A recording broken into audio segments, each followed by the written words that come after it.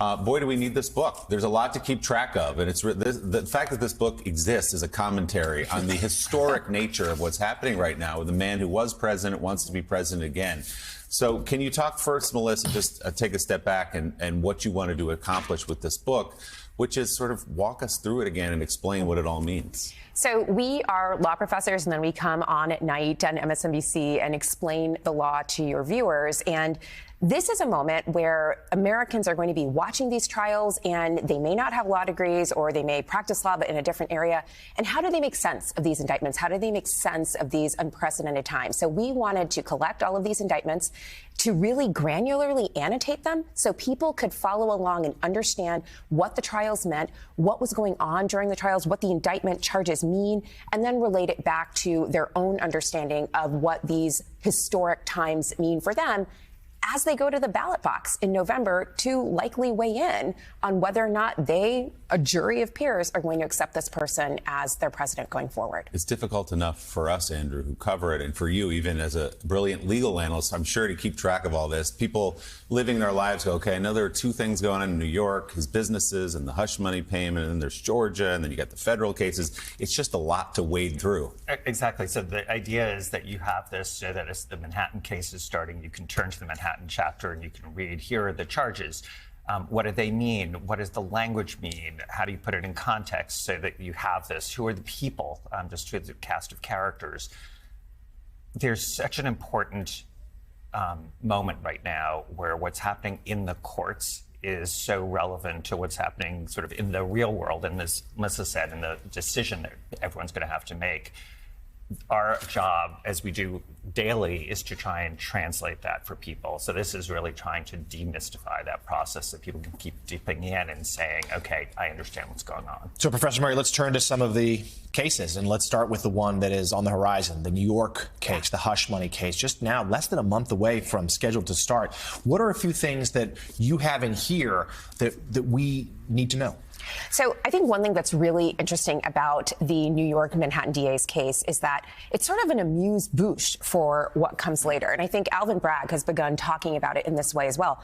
This is about a species of election interference, paying someone hush money in order to keep an indiscretion not only from your wife, but also from the American electorate. That's what's alleged in this indictment. And so we connect these dots. And it's actually even bigger, I think, than the tag hush money trial makes it out to be.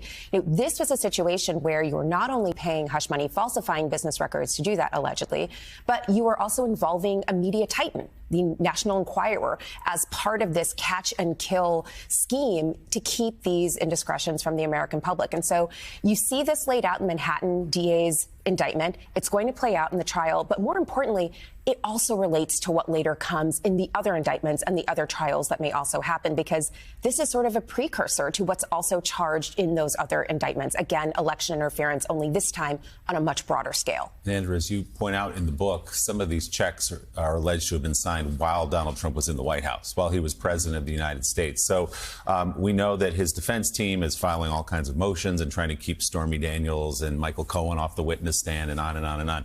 How do you see this playing out?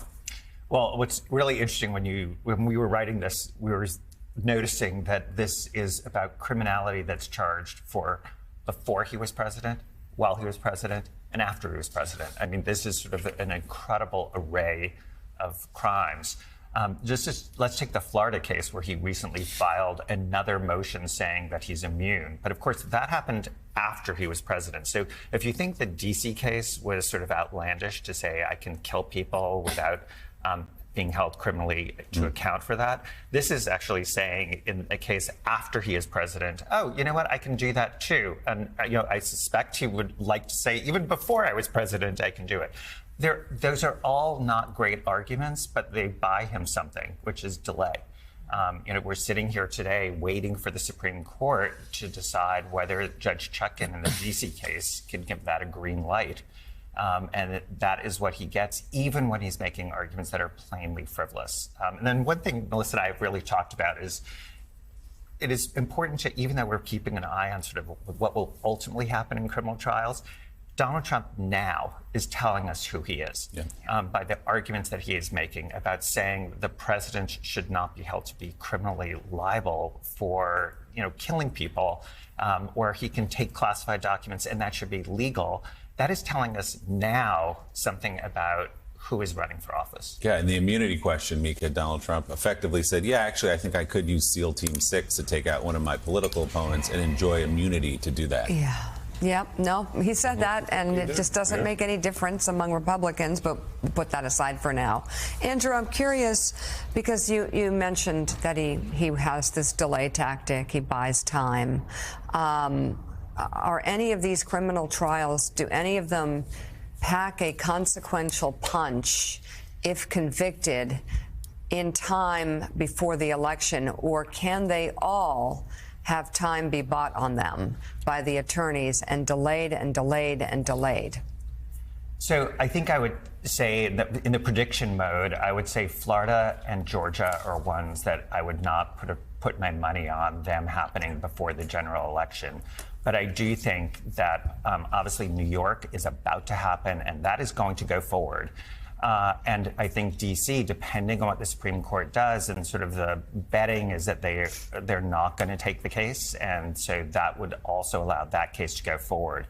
And I think, leaving aside what happens in terms of whether there's a conviction or not, one of the things that will happen that obviously Donald Trump does not want to happen is there will be facts laid out in court for people to see, for us to cover. So that what the public is seeing is not just Donald Trump's spin and what he wants to say publicly, which can be false. This is one where it'll be incumbent on the government to prove its case, but there will actually be sort of that daily drip, drip, drip of factual evidence in both the Manhattan case and in the D.C. case when that goes. And I do suspect both of those will happen before the election. So, Melissa, Andrew mentioned Georgia. That case has been sort of mired over the last couple of weeks in whether Fani Willis split the dinner bill on a trip to Belize with somebody and who paid cash for what. But taking a step back, the evidence in the case, there's a phone call. Yeah. There's a phone call where the President of the United States is asking for the election to be overturned and the Secretary of State denying him in his request. We can talk about the Fani Willis question first. Does that hurt this trial? And if not, how strong is the case against Donald Trump there? So, again, it's really important to understand that the ethical allegations made against Fani Willis are really unorthodox. Typically, when you have allegations about prosecutorial misconduct, it's usually about violations with regard to a prosecutor having a relationship with a juror or a litigant or the judge, not with someone else on her own team. So by itself, that was really unusual. And again, money is fungible. If Nathan Wade is paying for something and then he is reimbursed, it's not like he got this job so that he could take Fani Willis to Belize. But yes, the optics of it are bad.